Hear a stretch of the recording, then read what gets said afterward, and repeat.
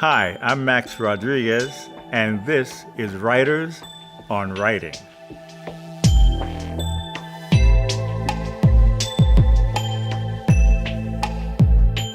Today, we're speaking with Glaude Jr., Princeton University professor of religion and African American studies and author of Democracy in Black: How Race Still Enslaves the American Soul. So Eddie, you have a new title, Democracy in Black: How Race Still Enslaves the American Soul. Right. Tell us about the idea of democracy in Black. Right, so it comes out of this really dimension of our tradition, this really intense dimension of our tradition, where we're thinking about what democracy means, how our presence complicates the articulation of the principles of freedom, liberty, right, and representation, equality. And in some ways what it does, it takes that Lincoln's kind of definition of American democracy as a government of the people, for the people, and by the people. I'm not quite in that order. But it takes that frame and expands the very notion of who those people are. And so it's precisely in that context of a country founded on principles of liberty and the institution of slavery, and how those who are children of those who were enslaved offer a vision of what democracy actually is, shorn of the idea that white people are valued more than others. And so Democracy in Black has always been about an assertion of the principles of democracy, of the idea of democracy, apart from white supremacy, apart from the value gap. So we also often talk about an idea being imposed upon, an idea of being imposed upon people of color. But as you just said, the idea of democracy never included people of color. In this context. In right? this context. So is it not that the resistance that we receive is our attempt to impose ourselves within a concept in which we were never originally included? Right. It all depends on if we understand the concepts as static, as not dynamic, as not having, in some interesting sort of way, being impacted by the vagaries of history. So there's a wonderful line by the great theologian Howard Thurman with regards to African American enslaved people who embraced Christianity, that they dared to redeem the religion profaned in their midst. So here we are as modern folk, entered the modern world as someone else's belongings in some ways, right? And how have we in some ways kind of built, created a life world, right, in that context, with principles, with ideas that are tethered to our experience, that are rooted from where we came, but are kind of also grounded from where we arrived. And it's in that synergy that we sound a particular note. So it's almost as if the best example would be, we invented the blues scale. And we take that scale, and at the heart of it is the most unstable chords you can imagine, but we create a sound that's distinctly modern. And so part of the way in which we understand African Americans and their embrace, our embrace of democracy, is how we give it a blues sound, how we make it swing, right? How we give it a kind of depth that's rooted in our experience, in our journey. So democracy as an idea, as an ideal, as a concept, is not the possession, right, of those who claim Greece, right? It's the possession of those of us who claim a way of being in the world in which we want to emphasize the capacities of everyday ordinary people, not only to dream dreams, but to make those dreams a reality. So let's talk more about the book itself. Got it. In the book, you talk about the Great Black Depression. Yeah. Just create that distinction for us. Right, so we talk about the recession of 2008, and you remember the language around that, right? We haven't seen an economic collapse like this since the Great Depression. But when you look at the data and you look at what happened in Black America, it was in fact a depression. When you look at 240,000 homes lost as a result of the collapse of the housing market. And those 240,000 homes were directly tied to the wealth in Black communities. In my own mind, I don't think we've seen a collapse of Black wealth since the collapse of the Freedmen's Bank. So most of black wealth located in their homes, predatory lending, the ways in which African Americans found themselves pushed to these loans that were ballooning mortgages. And so many people found themselves having to pay mortgages that they could no longer afford. And then you combine that with skyrocketing unemployment. Right, in certain places in New York, certain places in Michigan, certain places in D.C., 50% of black men below the age of 25 were unemployed. And so you begin to think about that, and you combine that with downward mobility. Black families who worked hard, played by the rules, quote unquote, found themselves moving down into poverty. And because there's no social safety net, because of the attack on federal government by Republicans and Democrats, they had nowhere to fall. So when we look at the data, 38% of American children are in poverty, but when you look at our children in places like Mississippi, 38% of black children in poverty, 50% of black children in Mississippi live in poverty. Throughout the South, over 45%. So it's not just simply a moment of an occurrence in the present, it has generational implications. When we think about white wealth now is 13 times that of black wealth. People are talking about that we've turned a corner, that we've come out of the Great Recession of 2008. But when I looked around our communities, when I looked at my family, I still see people struggling. I still see the ruins, right? And what I wanted to do in Democracy in Black is try to talk about how is that possible, that people can make the argument that pundits and politicians can say that we've turned a corner, we've come out of the Great Recession, and we're in ruins. Well, it must be because we're disposable, and that disposability is invisible.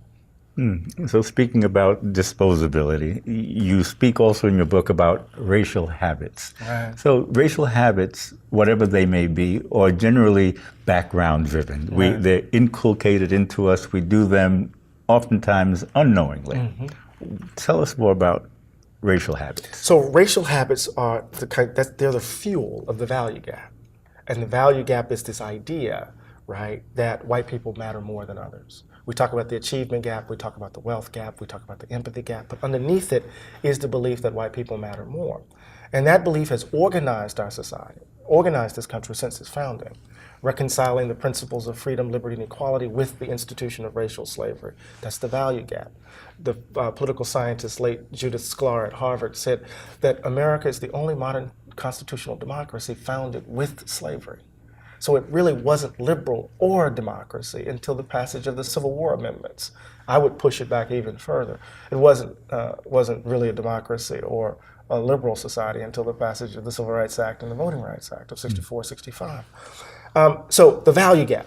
The value gap is this belief. It organizes our cultural practices. It organizes our political and economic realities, and it's sustained by racial habits. Now, what are these racial habits? This background stuff. I like to use the example.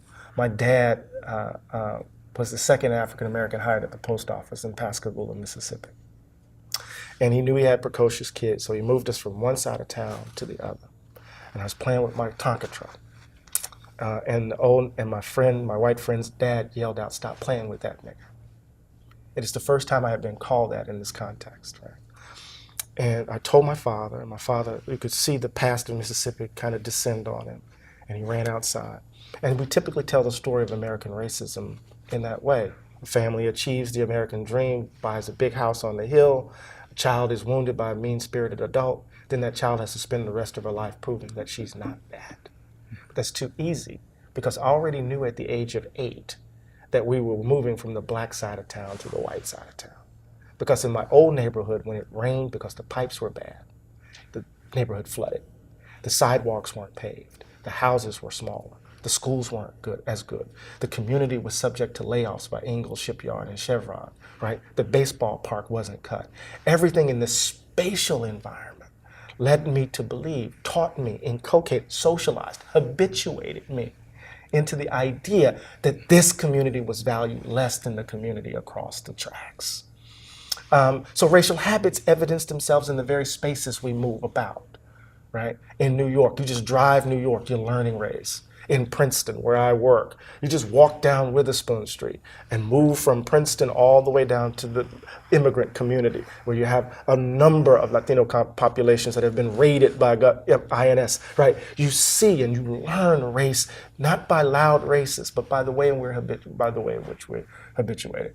And we also see it in the way in which we interact with each other. So these are the habits that shape our perceptions, inform our fears, and those fears then justify policy in our actions. So then, where to from that? That sounds so deeply rooted. So let's talk about those fears. In your book, there's a chapter on white fear. Yeah. Let's talk about that and its impact. If there's white fear, what is the black fear? And how does black fear sort of support the existence of the white fear? Oh, absolutely. So you're right.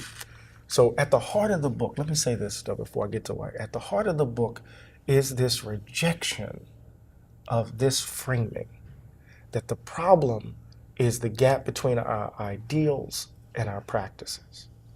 This is the frame that was set forth in Gunnar Myrdal's 1944 book, The American Dilemma.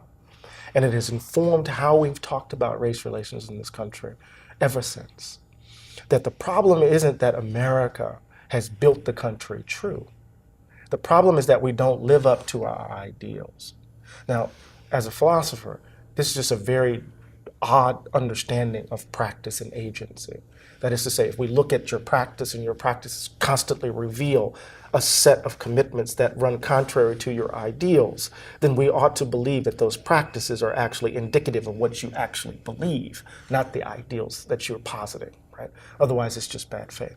So part of what I'm suggesting is that we're not talking about more perfecting the Union. We're not talking about America as the shining city on the hill. Those American exceptionalist frames, they constrain how we talk and how we think.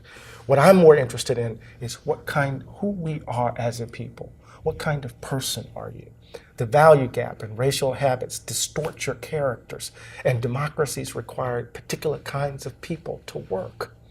So the dispositions that have been cultivated in this country aren't dispositions that are conducive for a genuine democratic society. How is that made manifest? Not only through habits, but through our fears.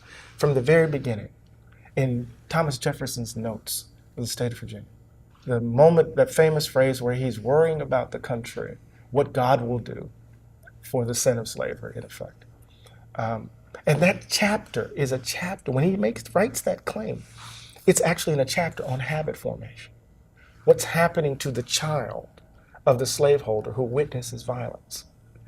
His character is being distorted and disfigured in that moment. So Jefferson worries about divine retribution for the sin of slavery, fear, driving, right? Or Abraham Lincoln in the second inaugural, some consider it the second founding, reads the Civil War as God's punishment for the sin of slavery, right?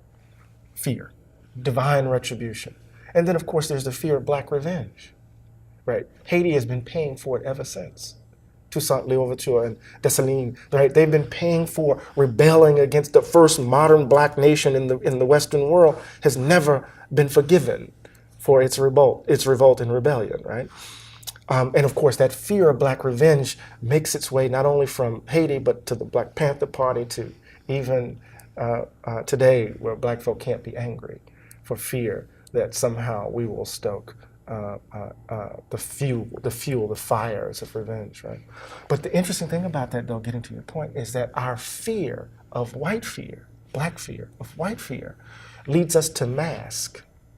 We don't want to be exposed as being black. We want to make people comfortable. As I say in the book, we have to become the Uncle Remus of American politics. That is to say, generally happy, loyal, and non-threatening. Right? Mm-hmm. So our fear of white fear distorts our political behavior such that we won't tell the truth.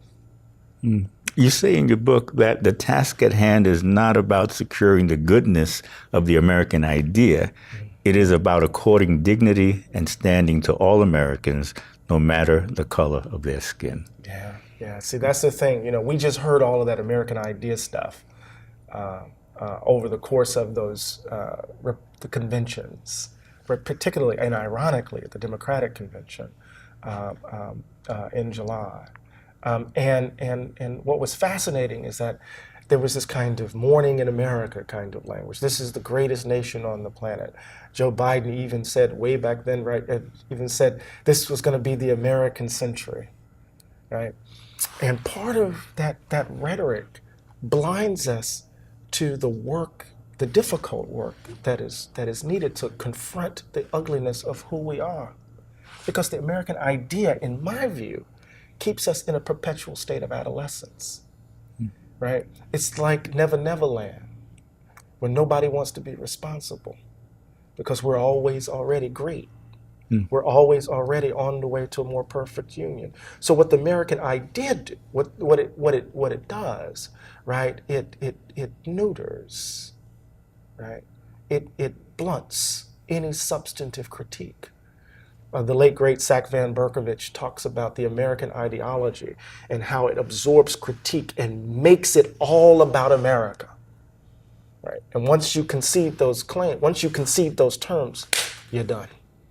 Right? And so I refuse to argue on those grounds. I'm too much like Jimmy Baldwin.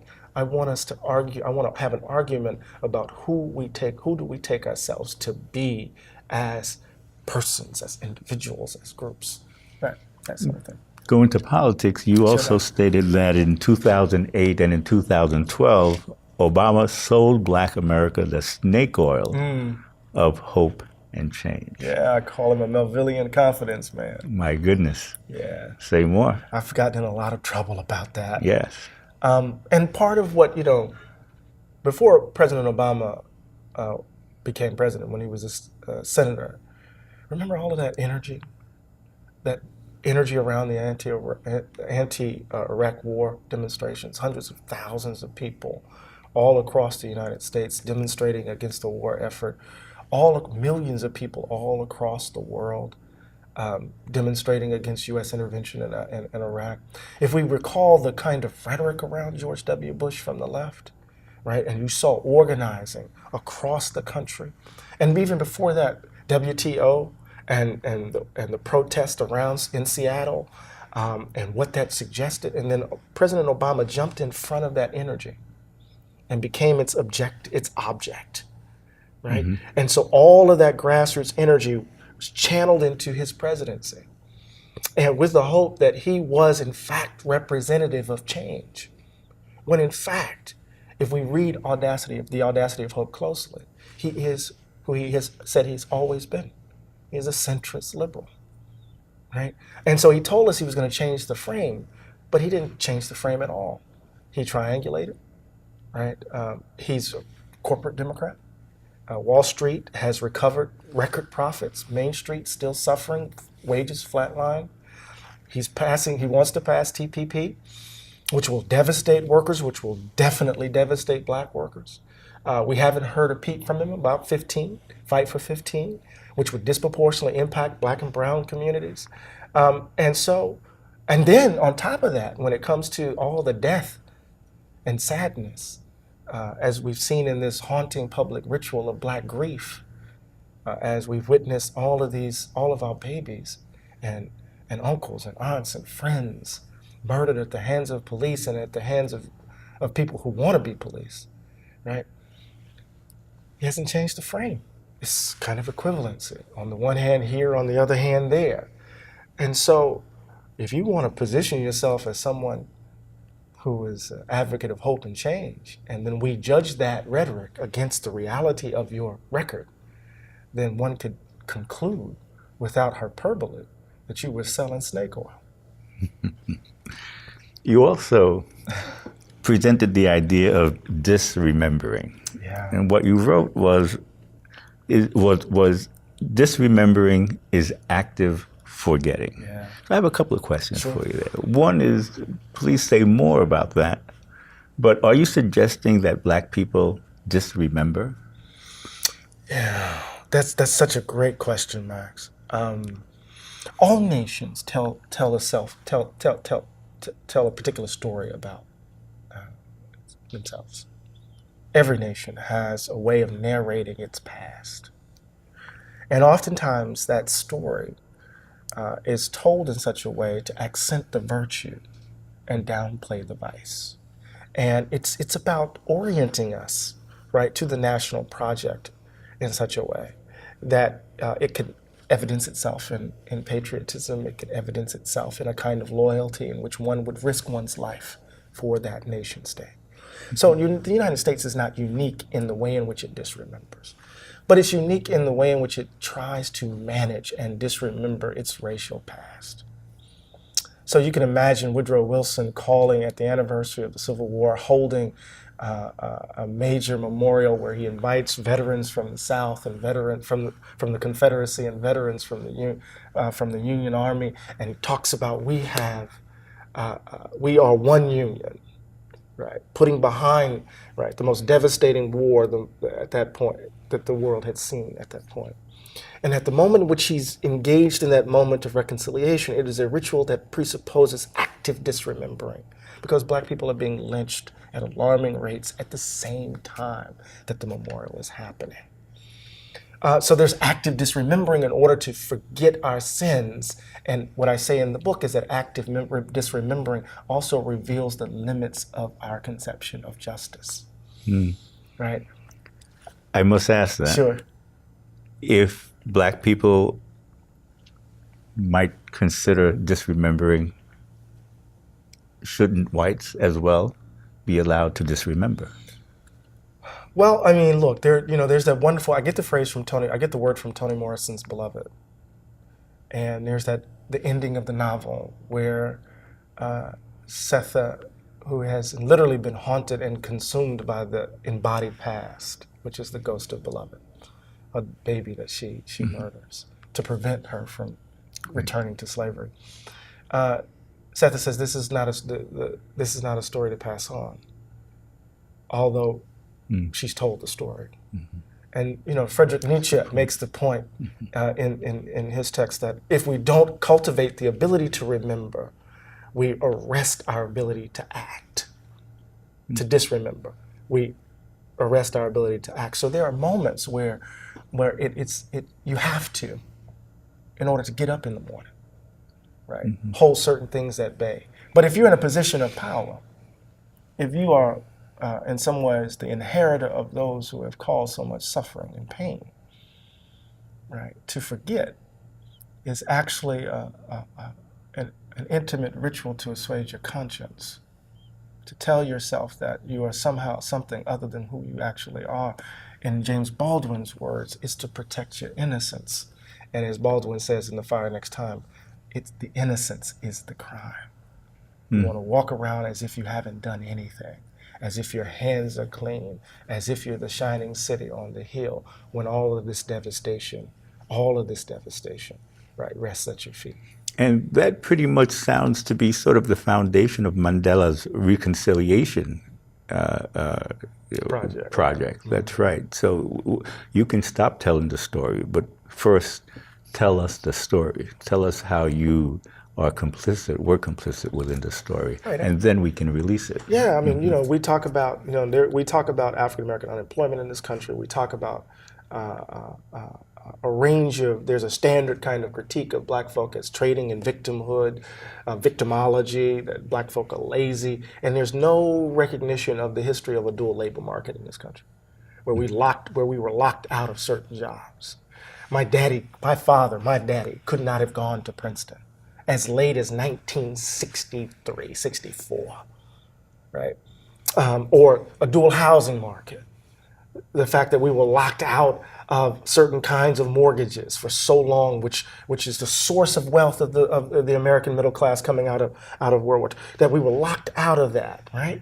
And somehow all of that, those historical realities don't matter. It's just we don't want to work. We're lazy. Right? We don't take care of our homes. We don't want to own anything, or we don't want to go and learn. And you just kind of say, wait a minute, somebody's missing something here. You're not telling yourself the right story. And part of a certain kind of radical politics involves re-narrating, telling a better story, because oftentimes the stories we tell reveal our characters. And lastly, in your book, you speak about a revolution of values. Yeah. So tell us, what would a revolution of values look like, and who would it impact and how? Yeah, so if I say that the country has been built true, that this is not about a gap between our practices and our ideals, that what we see is a country built to reflect the value gap, that white people are valued more than others. And to the extent to which that's true, no matter what the inputs are, the outputs will be the same. We will always have racial inequality. Now, what we see, I'm on my way to answering your question, Max, what we see is that white workers are now suffering from an economic philosophy that doesn't quite care about their whiteness. Right? So they are now confronting the fact that their wages are flatlined, that their homes aren't worth anything, that they can't afford college and university for their kids, that in some ways their ability to dream dreams has been in some ways undermined, right, by an economic philosophy that is only concerned about the wealthiest of the wealthy. So they are standing on unstable ground, and in some ways looking to those others who are supposedly taking away from their ability to imagine a better life for themselves. So they're scapegoating black folk, and they're scapegoating immigrants and Muslims and a range of other things because they're afraid. So if the country's true, and if we are in this crisis, then we need a revolution. We're going to have to upend some things. And so we're going to have to That's a value-laden word. Of course, that's why it's a revolution of value. And it comes out of my reading of Dr. King's Where Do We Go From Here? Chaos or Community, where he calls for a revolution of values. I call it a revolution of value. He calls it a revolution of values. And what he's talking about in that moment is that we have to critique capitalism. We have to reject a certain understanding of crony capitalism. We have to reject militarism, and we have to reject racism or white supremacy. I say if we're going to have a revolution of value, we've got to change our view of government. We change our view of government by changing our demand of government, our expectation of government. We have to change our view of black people. In order to change our view of black people, we got to change our view of white people. And only white people can kill the idea of white people. And then we have to change what ultimately matters. We can't have a country organized around selfishness, greed, and narcissism, because if we do, we will produce even more of the same. Trump is just an exaggeration of the rot that's at the heart of the country.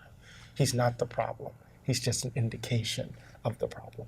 Question, because revolution is so energetic. Yeah, great word. Might we consider not a revolution of values, but simply an evolution of values? Okay. No, I think what we have to do is fundamentally reorder how we live our lives in this country. And all revolutions are evolutionary in some sense. And part of what we have to do, I think, is everyday ordinary people, all of us, because racial habits are evidenced in the way you and I behave, not just white folks. Right? I tell my students all the time, white supremacy doesn't require white people to work, right? And it's certainly the case that the value gap doesn't require loud racists to work. All of us are implicated. And so what we have to do is come to the conclusion, Max, that our current way of life is no longer sustainable. That we cannot live in a country where people are working harder for less. We can't live in a country where a notion of the public good has been completely eviscerated, where the role of politicians is simply to convince us that transferring public dollars into private hands is actually in our best interest. We can't live in a country where public education, right, has become the latest space, right, to try to transfer public dollars into private hands, where we're not educating all of our children. We can't bomb people around the world into oblivion, right? The way in which we live our lives is no longer sustainable. And until we make that judgment, which will require us to fundamentally change who we take ourselves to be, then we will find ourselves in another generation, right, in the same place where we are right now. I think that's a wonderful place to leave this conversation, Eddie. Thank you so much for your book, for your work, for your vision, and what you hold as true for America. I appreciate you. The book, Democracy in Black. The author, Eddie Glaude Jr. We hope you enjoyed the program.